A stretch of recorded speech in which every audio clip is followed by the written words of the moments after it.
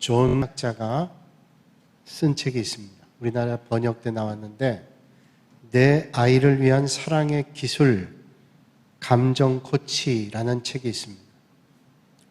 그 책에서 이분은 가정관계에 대한 것을 쭉 연구하면서 가정관계를 깨트리는 가장 큰 문제가 말이라고 하는 거예요.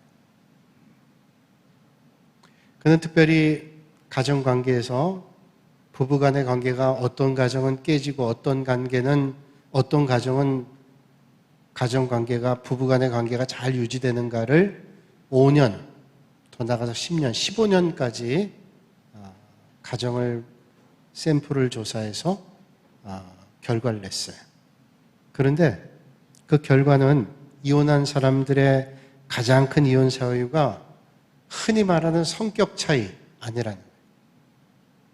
어떤 차이 때문에 이혼하게 되는가 하면 부부싸움의 방식 때문이라는 거예요. 여러분, 살면서 부부싸움 하지 않는 사람이 어디 있겠습니까? 다 싸우는데 어떻게 싸우느냐에 따라서 어떤 가정은 함께 살지 못하기도 하고 어떤 가정은 잘 회복하며 살아갈 수 있다는 거예요. 흔히 우리가 알고 있잖아요. 이혼의 가장 중요한 이유, 성격 차이 또는 학력 문제, 직업 문제, 수입 문제, 외도나 폭력, 음주, 고부 갈등, 물질적인 문제, 여러 가지 요인들이 있다 그러는데 그것들은 단지 드러난 현상이고 실제 부부를 이혼까지 이끌어가게 하는 것은 잘못된 싸움 방식이라는 거예요. 싸워도 잘 싸워야 된다. 그런 예를 존 가트맨이라는 심리학자는 말하고 있습니다. 그러니까 잘 안 되는 가정들은 비난하거나 담쌓기 하거나 경멸하거나 이래서 이런 가정들은 잘 회복이 안 된다는 거예요. 예를 들면 이런 말 하는 겁니다. 당신 하는 일이 뭐 항상 그렇지 뭐. 조롱하는 거죠. 비난하는. 또 그런 너는 뭘 잘했는데 그렇게 얘기하는. 또 주제 파악이나 하지 너나 잘해. 이거 아주 경멸적인 거. 이 상처는 회복하기 힘들다 그러죠. 그런 말 태도를 바꾸기 전에는 이게 힘들다는 거예요. 그래서 이 말이라고 하는 게 가정을 깨트리는, 사랑과의 관계를 깨트리는 아주 중요한 요소라는 거예요. 여러분 혹시 그런 말들을 여러분 삶의 자리에 하고 있다면 바꾸기로 애를 써야 돼요. 나도 모르는 사이에 비난하고 조롱하고 험담하고 하는 거 별로 좋은 것 아니라는 거죠. 모범적인 부부 생활해온 부부가 결혼한 지 60년 회혼식을 맞이하게 됐습니다. 회혼식에 가까운 사람들을 모아놓고 함께 식사를 나누는데 거기 참석했던 사람이 부인에게 물었습니다. 사모님, 두 분이 60년 동안 그냥 살아온 게 아니라 화목하게 살아오신 비결이 도대체 어디 있습니까? 그때 부인이 대답했습니다. 그거에 제가 항상 배우자의 말을 동의하는 거죠. 그게 우리 화목한 생활의 비결인 것 같습니다. 배우자가 하는 말이 다 올바르고 논리적이고 맞는 말이겠어요? 근데 일단 동의해주는, 공감해주는 겁니다. 그럴 수 있겠다. 그리고 받아주는 겁니다. 그러니까 가정이 화목하다는 거예요. 그래서 다시 부인의 말이 맞는지 남편에게 묻게 됐습니다. 이 말에 대해서 어떻게 생각하십니까? 그랬더니 남편 대답합니다. 글쎄, 아내가 말했으니까 그 말이 맞죠? 그러더래요. 둘 다 서로 인정해 주는 거죠.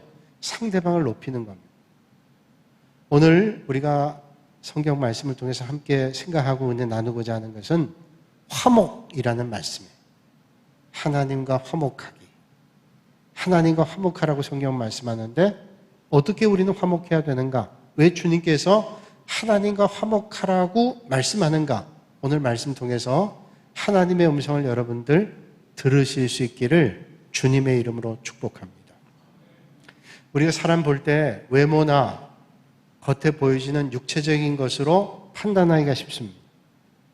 그래서 그 사람이 얼마나 키가 큰가, 또 그 사람이 어떻게 생겼냐, 잘생겼냐, 못생겼냐, 또 공부를 얼마나 했는지, 가지고 있는 재산이 얼마나 되는지, 세상의 지위와 명성이 얼마나 높은지, 월수비 얼마나 되는지, 가문은 어떤지, 그 사람 출신이 어딘지, 이런 걸로 사람을 평가하는 거예요. 그 사람의 능력이나 내용, 인격 가지고 평가하지 않고 그런 걸로 생각하고 판단하는 겁니다. 바울은 예수님을 믿기 전에 예수님을 외적인 것으로만 알았어요. 육신으로만 알았습니다. 육체적인 외형적인 모습으로만 알게 됐습니다. 자, 예수님을 겉에 외적인 것으로 보면 가문으로는 나사렛 동네의 가난한 목수의 아들이었습니다. 그 당시에 나사렛이라고 하는 동네는 썩 좋은 동네가 못 됩니다. 별로 살고 싶은 동네가 아니에요. 그런데 그 나사렛에서 자라난 그리고 목수의 아들입니다. 학문으로는 학교에 다녀본 적이 없습니다. 그러니까 세상으로 얘기하면 별로 못 배운 사람. 그에 비해서 바울은 어떤 사람이냐? 난지 8일 만에 할례를 받았던 사람. 이스라엘 사람 가운데 이스라엘 사람, 베냐민 지파의 사람, 그리고 율법으로는 바리새인이고 히브리인 가운데 히브리인 사람. 학문으로는 그가 율법의 수준이 상당히 높았습니다. 그래서 그 당시 최고의 석학이었던 가말레일이라고 하는 사람의 수제자였다. 특별히 힐렐 학파의 거장이었던 사람인데 그 사람의 제자였다라고 하면 대단한 율법의 학문을 가지고 있었던 사람. 그러니까 가문으로나 혈통으로나 종교적으로나 학문으로나 어디를 봐도 예수님이라는 분과는 비교할 정도가 안 됩니다. 바울이 볼 때 예수? 그 사람이 뭔데? 이렇게 생각했어. 근데 더 놀라운 거는 그 예수라고 하는 사람이 불현듯 나타나서 말씀을 전하는데 많은 사람들이 예수님을 따르는 겁니다. 도대체 납득이 안 됐어요. 배운 것도 없고 가진 것도 없고 자기가 볼 때는 별로 아는 것도 없는 것 같은 사람인데 그가 말하니까 많은 사람들이 따라 나서는 거예요. 이건 정말로 혹세무민하는 잘못된 신앙이다라는 생각을 가지고 그는 예수 믿는 사람들을 핍박하기 시작하죠. 얼마나 극렬하게 핍박했는지 몰라요. 그래서 핍박하기 위해서 대제사장의 공문 가지고 길을 가다가 다메섹 도상에서 부활하신 예수님을 만나고 그의 인생이 완전히 바뀌어지게 됩니다. 그전에는 세상 기준으로 예수님을 봤는데 다메섹 도상에서 부활하신 주님을 만나고 그의 인생이 완전히 바뀌어지고 난 다음에는 예수님을 보는 눈이 달라졌어요. 우리 주변에 그런 사람 많죠. 예수님 모를 때는 예수님을 조롱하고 비난하고 예수 믿는 사람들을 조롱하고 그랬던 사람인데 어느 날 예수님을 만났어요. 그런 다음에 그 인생이 달라집니다. 예수님 없이는 살아갈 수 없는 인생으로 바뀌어진 인생들을 우리는 보게 된다는 말이죠. 그런 변화를 오늘 본문 17절에 말씀하는 거예요. 그런즉 누구든지 그리스도 안에 있으면 새로운 피조물이라 이전 것은 지나갔으니 보라 새 것이 되었도다. 그러니까 예수님 만나기 전에 그는 주님을 알지 못했던 인생인데 주님 만난 다음에 새로운 피조물이 됐어요. 완전히 새롭게 창조됐단 말이에요. 오늘 우리가 살고 있는 시대를 과학 문명의 시대라, 통신 얼마나 발전했는지 몰라요. 정말로 하루가 다르게 발전하는 것 통신이에요. 통신만 그렇습니까? 교통도 그래요. 날로 바뀌어집니다.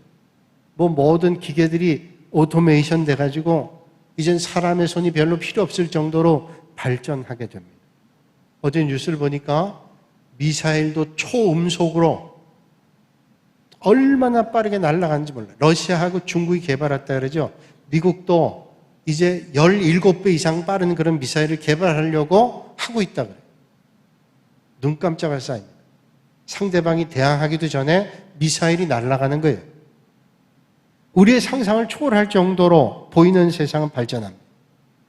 그런데 문제가 있어요. 과학 문명이 발전하는 속도만큼 생활 양식은 바뀌었지만 사람은 바뀌질 않았다. 왜 바뀌지 않아? 많이 바뀌었나? 보세요. 과학이 발전하는 것처럼 그 문명을 이용하는 것만큼 우리 사람들이 바뀌었냐? 그렇지 않아요. 비행기 타고 다니는데 속 사람은 바뀌지 않았습니다. 욕심 그대로, 욕망 그대로, 음란한 마음 그대로, 시기와 교만한 마음 그대로, 편협한 마음 그대로, 우둔한 마음, 미련한 마음 그대로 있다고 하는 거예요. 겉모양은 변했지만 속 사람이 변화되지 않았다. 큰 문제라는 거예요. 요즘에 국회의원 임기도 바꾸지 않은 거예요. 3번 국회의원 하면 이제 더 이상 국회의원 나오지 못하도록 하자. 새로운 사람들 등용해서 좀 더 새롭게 하자. 일리 있는 말이죠. 그런데 한편 생각해 보게 됩니다. 그렇게 되면 정말로 세상이 바뀌어질까? 정치가 바뀔까? 기구가 바뀌고 법률이 개정되고 과학기술이 발전하고 그렇게 되면 인간이 개조되고 교육으로 인간이 바뀔 수가 있을까? 생각해 보게 돼요. 1971년에 사회심리학자인 필립 짐바르도라는 사람이 스탠퍼드 대학의 심리학과 교수입니다. 교도소 실험을 했어요. 아마 많은 분들이 들어보셨고 알고 있을 거예요. 교도소 실험 뭐냐면 사람이 교도소 안에 들어가면 어떻게 바뀌냐라고 하는 걸 실험한 거예요. 정말 교화될 수 있느냐 실험한 겁니다. 교도소 실험 대상 24명을 학생들 가운데 뽑았습니다. 흑인 학생은 없고 백인 학생 그리고 중산층 건강한 가정에 사람들 24사람을 뽑아서 2주일 동안 실험을 하기로 했어요. 매일 주는 일당 아르바이트 비용은 $15. 당시에는 꽤 많이 주는 거였습니다. 꽤 많은 학생이 지원했지만 24명을 뽑아가지고 실험을 하는데 일부는 교도관, 일부는 수감자로 그렇게 역할을 지정하는 거예요. 그래서 심리적인 것들을 체크하는데 그 실험에 조교가 당부를 했습니다. 당신들은 도덕적으로 뛰어나고 법률적으로 뛰어나기 때문에 교도관 된 것도 아니고 또 수감자가 된 사람들은 도덕적으로 악하고 그래서 한 게 아니라 그냥 역할만 그렇게 분담한 거다. 몇 번을 주제했어요. 그리고 실제적으로 하게 하기 위해서 경찰과 협의해서 첫날 그 가정에 미리 다 얘기해 놓은 거죠. 가서 정말로 체포하는 것처럼 경찰에 가서 체포하고 경찰차에 태워가지고 스탠퍼드 대학 심리학과 건물 아래층에 교도소를 만들었어요. 가상교도소죠. 똑같이 만들어놨습니다. 그리고 거기에다가 수감을 한 거예요. 들어갈 때 옷 다 벗기고 벌거벗은 상태로 소독하고 일반 교도소에 하는 것처럼 똑같이 그렇게 수감했습니다. 그러니까 똑같은 학생들이 한편은 교도관, 한편은 수감자 역할을 했어요. 그런데 첫날, 둘째 날 지나면서 사람들이 바뀌더라는 거예요. 똑같은 학생, 정상적인 중산층 가정의 학생들이었는데 교도관의 역할을 한 학생들은 교도관이 돼가는 거예요. 수감자 학생들은 수감자들이 돼가는 겁니다. 점점 교도관들이 교도관의 힘을 이용해서 성적인 어떤 일들을 자행하기도 하고 이게 실험인데도 불구하고 자꾸 위해를 가하기 시작. 그래서 5일, 6일째 되는 날 실험을 멈췄습니다. 이거 큰일 나겠다. 멈췄어요. 2주 동안도 못했습니다.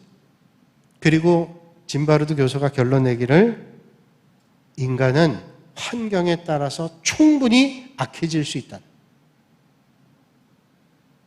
그냥 정상적인 중산층 가정의 학생들이었어요. 근데 한편은 악해지고 한편은 그대로 당하고 있는 거예요. 여러분, 인간의 개조가 어떻게 해야 될까요? 하나님, 우리 인생을 지은 하나님만이 인생을 바꿀 수 있어요. 그리스도 안에서 새로운 피조물이라고 주님 말씀하죠. 하나님께서 독생자를 이 세상에 보내신 것은 죄로 말미암아 더러워지고 일그러진 인간을 개조하기 위해서, 인간을 바꾸기 위해서.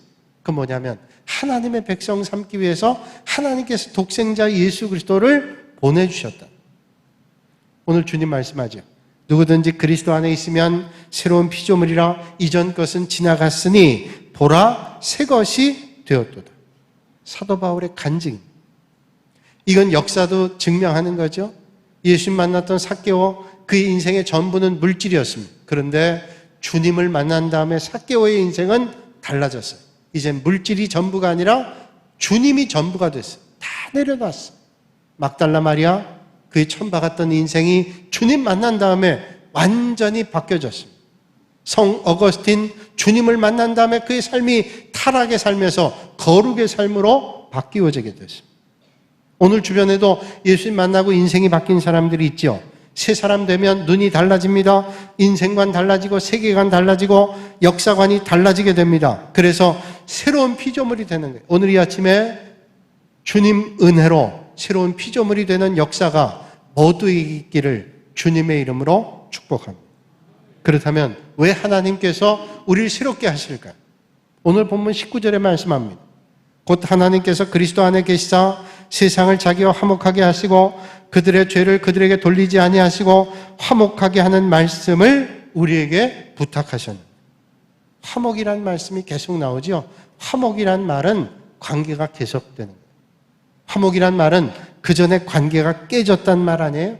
그 깨졌던 것을 주님께서 독생자를 보내심으로 화목하게 하셨어요. 오늘 본문 18절에서 20절까지 짧은 절 말씀에 화목이란 말씀이 5번 나옵니다. 화목이란 말을 헬라 원어로 얘기한다면 카탈라소라는 말이에요. 카탈라소. 카탈라소라는 말은 2개 단어를 합친 겁니다. 카타라는 말과 알라소라는 말이에요. 그게 카탈라소. 이 카타란 말은 아래라는 말이고 알라소란 말은 이전에 잘못된 걸 새롭게 바꾼다. 완전히 바꿔놓는 걸 말해요. 화목이란 말은 하나님과 잘못된 관계를 회복하는 것, 깨어졌던 하나님과의 관계가 회복되는 것을 말합니다. 그러니까 하나님과 화목하란 말은 그 전에 하나님과 깨졌던 관계를 회복해야 된다. 그래야 인생이 새로운 피조물이 되고 진정한 하나님이 주시는 평강과 은혜를 누릴 수 있다는. 그러면 사람이 왜 하나님과 멀어지게 됐을까요? 피조물인 인간이 창조자이신 하나님을 배반하고 등졌기 때문에 큰 담을 쌌어요. 그래서 결국은 하나님으로부터 멀어지게 된 거죠. 신성 로마 제국에 하인리 4세라는 왕이 있었습니다. 이 왕이 교황이었던 그레고리우스 7세로부터 파문당했어요. 그때는 나라의 왕보다 종교의 왕, 교황이 더 권한이 높고 세력이 셀 때입니다. 나라의 왕도 교황이 세울 때였습니다. 근데 하인리 4세가 그레고리우스 7세 교황에게 파문을 당했다. 종교적으로, 영적으로, 그리고 세상적으로도 완전히 매장되는 거예요. 그가 카노사 성에서 3일 주야를 잠도 자지 않고 교황에게 빌었습니다. 교황에 빌었어요. 그래서 우리 세계사에서 공부할 때 카노사의 굴욕이다 그런 말 들어보셨어요. 하인리 4세가 모자라나? 어리석어서 교황에게 빌었을까요? 파문이라는 게 그렇게 무서운 거예요. 그는 지혜로운 황자였습니다. 인간의 권력을 가진 교황에게도 화목하기를 그렇게 원했다 그런다면 우리의 영과 혼과 육신을 지옥에 던져 심판하시는 하나님과의 관계가 깨져 있을 때 그 하나님과 화목한다는 일이 얼마나 중요해요. 인간의 권좌에 있는 사람에게도 화목이 중요하다면 하나님과의 관계는 화목하다는 게 얼마나 중요한 일이겠어요. 여러분, 잘못한 사람은 누를 끼친 사람에게 가서 빌어야 됩니다. 그게 마땅한 일이에요. 하나님에게 등지고 하나님을 배반한 사람은 하나님께 가서 빌어야 됩니다. 그런데 하나님이 오셔서 화해해 주셨어요. 놀라운 일 아니에요? 하나님이 오셔서 자기의 독생자 예수 그리스도를 보내주셔서 화목하게 하셨어요.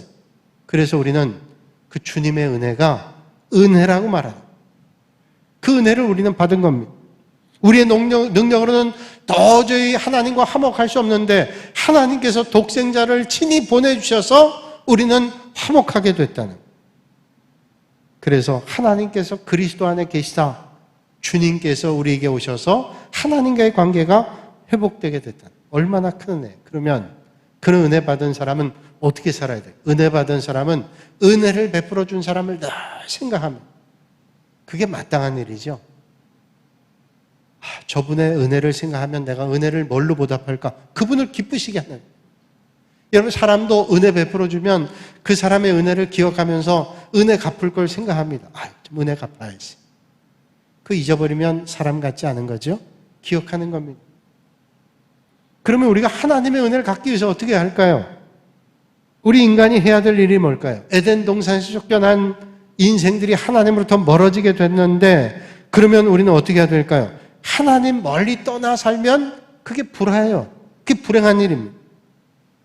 그래서 산상보훈에 주님께서 말씀해 주시기를, 산상보훈은 마태복음 5장에서 7장까지 말씀인데 이런 말씀을 주고 계세요. 예물을 제단에 드리다가 거기서 내 형제에게 원망 들을 만한 일이 생각나거든 예물을 제단 앞에 두고 먼저 가서 형제와 화목하고 그 후에 와서 예물을 드리라. 사람은 하나님과 화목해야 평안합니다. 그리고 행복해요. 아무리 물질 가지고 건강하고 많은 걸 누리는 권세는 가지고 있다 할지라도 하나님과 화목하지 않으면, 자기 인생을 창조하신 주님과 화목하지 않으면 절대로 평강과 은혜를 누릴 수 없어요. 그 하나님과 화목하려면 주님 말씀대로 살아야 되는데, 그 주님 말씀이 뭐예요? 하나님 앞에 예물 드리기 전에, 하나님 앞에 예배 드리기 전에 합당하지 않은 마음이 있다면 먼저 그거 해결하고 오라고 주님 말씀하시는. 크리스찬 작가였던 유명한 마크 트웨인이라는 사람이 있습니다. 그 사람이 한 유명한 말 가운데 이런 말이 있어요. 그분이 개와 고양이를 한 우리에 넣었답니다. 개하고 고양이 사이 별로 안 좋은 것 같은데 넣었어요. 그런데 얼마 지나니까 그런 대로 잘 지내더래.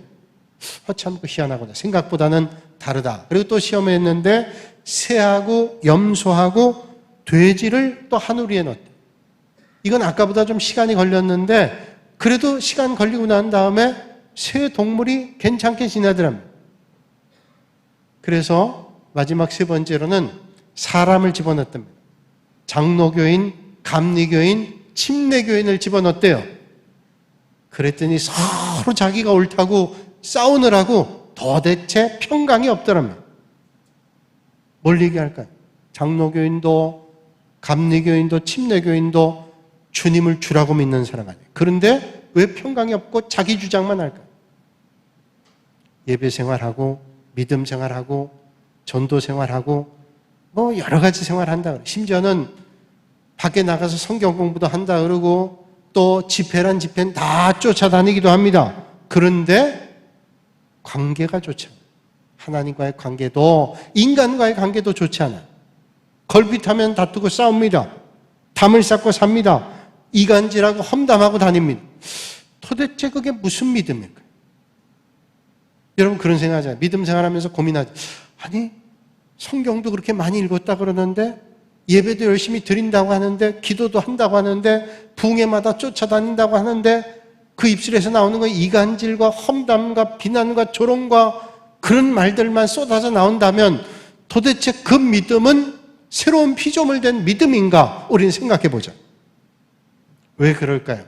A.W. 토저라고 하는 위대한 작가가 그의 책 세상에 무릎 꿇지 말라라는 책에서 그 정답을 얘기해 주고 있어요. 새 사람이 되었는데 아직도 기질은 어둠에 있다. 새로운 피조물 된다 그랬어요. 그래서 예수 그리스도의 믿음 안에 들어왔어요. 그런데 기질은 아직도 어둠 가운데 헤매이고 있습니다. 어떻게 해야 되냐? 성령님으로 기질을 바꿔야 새로운 피조물이 완벽하게 될 수 있다. 오늘 이 아침에 성령께서 여러분 만지셔서 어둠의 기질이 성령 충만한 기질로 바뀌실 수 있기를 주님의 이름으로 축원합니다. 그게 힘든 일이에요. 성경에 보니까 그런 사람이 있어요. 사도행전 13장 보니까 안디옥 교회, 선교교회죠. 예루살렘 교회에서 세웠던 안디옥 교회, 선교를 위했던 교회, 바울과 바나바를 처음 선교사로 보냅니다. 그래서 구브로를 거쳐서 살라미, 실루기아 다 가서 복음 전했습니다. 그런데 이렇게 함께 복음 전했던 사람이 사도행전 15장 36절 이하의 말씀 보니까 서로 견해 차이 때문에, 갈등 때문에 사이가 벌어졌어요. 그래서 그다음부터는 함께 선교하지 않았어요. 바울은 바울대로 선교하고 바나바는 바나바대로 선교했습니다. 그 다음에 만날 일이 없었어요. 만나고 싶지도 않았어요. 그런데 갈라디아서 2장 1절 말씀 보면 14년 후에 바나바와 함께 디도를 데리고 다시 예루살렘에 올라갔다는 말씀이 있어요. 화해했어요. 화목하게 됐어요. 어떻게 그럴 수 있었을까요? 어떻게 다시는 보지 않을 것처럼 갈라섰던 저들이 선교하던 사람이었어요. 뜨거운 복음의 사람이었어요. 그런데 갈랐었어요. 갈등 때문에. 그런데 어떻게 또 다시 할 수 있을까요? 전에 구약에 요셉이라는 사람이 있죠. 형제들에게 미움받아가지고 애굽에 팔려갔습니다. 가진 노력, 고생 다 하다가 애굽의 총리가 됐습니다. 그런데 그때 이스라엘에 기근이 와가지고 가나안 땅에 있던 요셉의 형제들이 먹을 게 있나 해서 애굽에 갔다가 정말로 드라마틱하게 애굽의 총리가 되었던 요셉을 만났습니다. 처음엔 너무 달라진 것 때문에 알 수 없었는데 가만 보니까 동생이. 기막힌 거죠. 하나님의 섭리가 거기 있었죠. 저들은 동생인지를 알아보자 기쁜 게 아니라 두려웠습니다. 왜냐하면 그 오래전에 자기들의 죄를 만났기 때문에 두려웠어요. 그때 요셉이 자기를 그 곤경에 빠뜨렸던 형들을 보고 뭐라고 말했냐? 당신들은 나를 헤아려 했으나 하나님은 이 모든 악을 선으로 바꿨습니다. 무서워 말고 근심하지 마세요.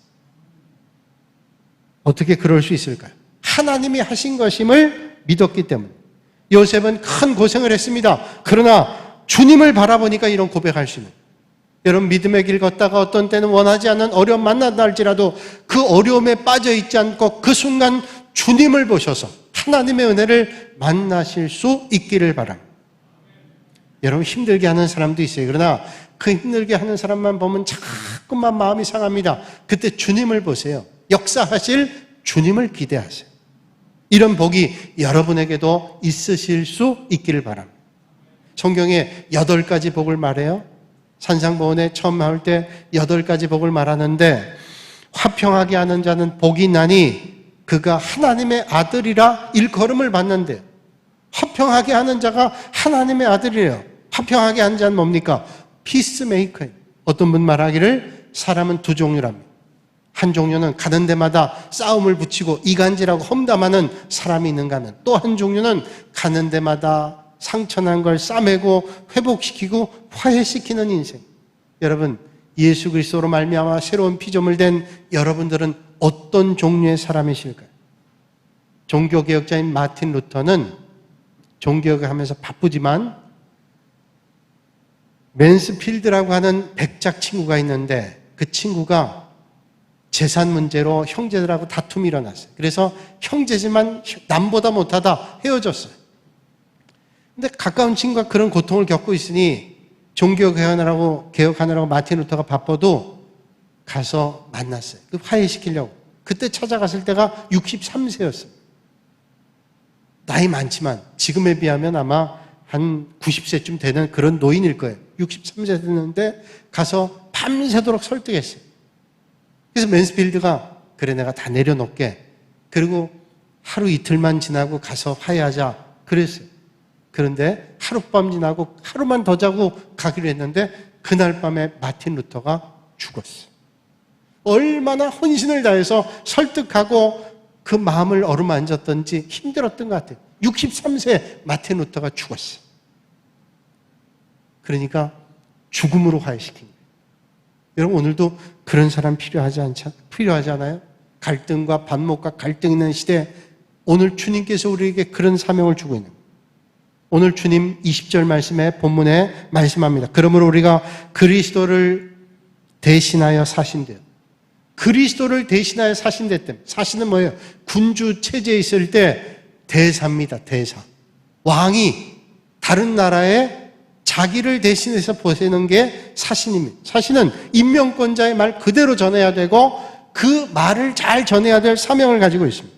자기 생각이나 자기의 뜻을 전하는 게 아니라 왕의 뜻을 그대로 전하는 겁니다. 오늘 우리가 그리스도의 사신이라. 어떤 사신이? 우리의 삶의 자리에서 주님을 나타낸 사신이에요. 내가 공무원이라면 관공서에서 내 모습을 통해서 그리스도를 드러낸 사신입니다. 내가 선생님이라면 학교에서 학생들에게, 많은 선생님들에게 그리스도의 사신으로서의 편지를 보내는 그리스도의 모습을 보여야 돼요. 장사라는 상인이라면, 회사에 있는 직장인이라면 어디 있든지 간에 우리를 통해서 그리스도를 보게 하는 그리스도의 사신은, 그러니까 사신은 그 나라를 대표하는 거예요. 많은 사람들이 사신을 통해서 그 나라를 봅니다. 뭐 지금처럼 왕래가 많을 때인가요? 그렇지 않을 때 그 나라 사람을 보면 그 나라 사람이 이렇구나 판단하게 되는 거예요. 그래서 그리스도의 사신은 말과 행동과 삶의 모습을 주의해야 돼요. 왜냐하면 주님을 드러내기 때문에. 여러분, 오늘 이 아침에 여러분의 모습과 여러분의 입술의 말과 여러분의 삶의 모습이 그리스도의 사신으로 충분하실 수 있기를 주님의 이름으로 축복합니다. 새로운 피조물이기 때문에 가능할 수 있어요. 주님이 우리를 바꿔줄 수 있는. 옛날에 중국 사신이 우리나라에 오게 되는데, 압록강에서 배를 타고 오는데 중국 사신이 궁금했던 거예요. 조선 사람들은 어떤가. 그래서 뱃사공에게 말을 붙였답니다. 그런데 뱃사공은 한국 사람, 자기는 중국 사람이라 뭐 그렇게 유창하게 말할 수 있는 게 아니에요. 그래서 말이 안 될 땐 바디 랭귀지 하잖아요. 손으로 뱃사공에게 손가락 하나를 탁 내밀었답니다. 수준이 어느 정도인가? 뭐 뱃사공 많이 배우진 않았겠죠? 하나 딱 내놨더니 뱃사공이 손가락 2개를 내밀더라고요. 반응을 하니까 얼마나 놀란지 자기가 지기 싫어서 3개를 딱 내밀었답니다. 그랬더니 뱃사공이 주먹을 딱 내밀더래요. 그랬더니 그걸 보고 뱃사공 주먹을 딱 내미는 걸 보면서 이 사신이, 중국 사신이 다시 중국으로 돌아갔어요. 배를 돌려가지고. 그러니까 중국 조정에서 도대체 이게 무슨 일이냐? 그 사신을 호출했습니다. 너는 조선에 가서 왕을 만나서 이런저런 내 말을 전하라고 했더니 너는 배를 타고 가다 돌아왔다니 왜 그랬냐? 물어봤어요. 그랬더니 얘기하더랍니다. 사신이, 제가 조선이라는 나라가 어떤지, 수준이 어떤지 알아보기 위해서 뱃사공에 말을 걸었습니다. 손가락 하나 내밀면서 나라가 잘 되려면 지도자가 잘 돼야죠. 그랬더니 뱃사공이 손가락 2개를 내밀더라는, 지도자뿐 아니라 백성도 중요합니다. 이거는 그냥 해석이 자기. 그래서 자기가 지기 싫어서 손가락 3개를 내밀었답니다. 지도자도 중요하고 백성도 중요하고 관료들도 중요합니다. 그랬더니 뱃사공이 주먹을 딱 내밀면서 이 모두가 힘을 합쳐야 나라가 잘 됩니다. 이랬다는 거예요. 그러니 뱃사공이 그 정도니 중국에 갔다가, 내가 중국 사신으로 대표를 해서 한국에 갔다가, 조선에 갔다가 그 똑똑한 사람들 만나서 내가 망신 당할 것 같아서 돌아왔다고. 그랬더니 중국 왕이 잘했다고 얘기했대요. 그럼 그걸로 끝났냐? 아니에요. 조선 조정에서 난리 났잖아요. 어떻게 했길래 도대체 중국 사신이 돌아갔냐? 불렀어요. 넌 도대체 뭘 했길래 중국 사신이 오다 갔냐? 큰일 아니야 이거. 대국에서 왔는. 물었더니 저 사신이 손가락 하나 내밀더라는. 자기 2개 내밀었더니 또 3개 내밀어서 이렇게 했다는. 그게 뭐냐 그랬더니 중국 사신이 자기를 보면서 너 눈알이 하나냐 그러는. 그래서 화가 나가지고 뱃사공에 2개를 내밀었다면 내가 눈은 좀 작아도 2알 다 있다 그랬대요. 그랬더니 사신이 손가락 3개를 내밀면서 해석한 겁니다. 자기 나름대로. 그렇게 작은 눈이 2개면 난 3개도 되겠다 이러더래요. 그래서 뱃사공이 까불면 이랬대. 까불면 이랬다 그랬더니 도망갔대. 그 웃자고 하는 얘기지만 사신은 뭐예요? 그 나라를 대표해. 오늘 우리는 그리스도의 사신이에요. 그리스도의 사신. 그리스도의 사신이라는 건 뭐냐면 우리의 말과 행동과 삶을 통해서 그리스도를 보여주는 거예요. 그래서 오늘 말씀하죠. 너희는 하나님과 화목하라 라고 말하면서 화목하게 된 사람들의 책임이 뭐냐? 이 세상에 죄로 말미암아 하나님으로부터 멀어진 많은 인생들, 주님을 알지를 못하는 사람에게 화목하게 해야 될 사명이 있다. 그게 뭐예요? 전도입니다. 전도. 오늘 주님 만나서 화목하게 된 저와 여러분들이 이 땅에는 주님을 알지 못하는 하나님과 등 돌린 많은 인생들에게 화목하게 하는 역사가 있기를 주님의 이름으로 축복합니다. 사람이 하나님께 돌아와 하나님과 화평한 생활하게 될 때 비로소 참된 마음의 화평과 기쁨을 얻게 되는, 사랑하는 여러분 가족 가운데 남편이, 아내가, 자식이, 부모님이, 또 누군가 가까운 사람들이 아직도 주님을 알지 못해서 진정한 평안과 기쁨 가운데 살지 못한다면 어떻게 해야 되겠어요? 내가 하나님과 화목한 것처럼 그들에게 하나님과 화목하게 하는 은혜를 전하실 수 있기를 바랍니다. 사랑하는 여러분, 우리 한 사람 한 사람은 예수 그리스도의 사신입니다. 이것이 우리를 이 땅에 보내신 하나님의 뜻입니다. 이 귀한 사명을 잘 감당하셔서 하나님께 영광 올리시는 복 있는 삶이 되시기를 주님의 이름으로 축원합니다. 거룩하신 아버지 하나님, 하나님과 화목하는 믿음의 삶을 살게 하시고 이 땅에 많은 영혼들이 아직도 하나님을 알지 못해 하나님께 등 돌리고 배반하고 반역하여 진정한 평안과 기쁨을 누리지 못하는 인생길, 저들에게 하나님과 화목하게 하는 믿음의 그리스도의 사신들이 다 되게 하여 주시옵소서. 예수님의 이름으로 기도하옵나이다. 아멘.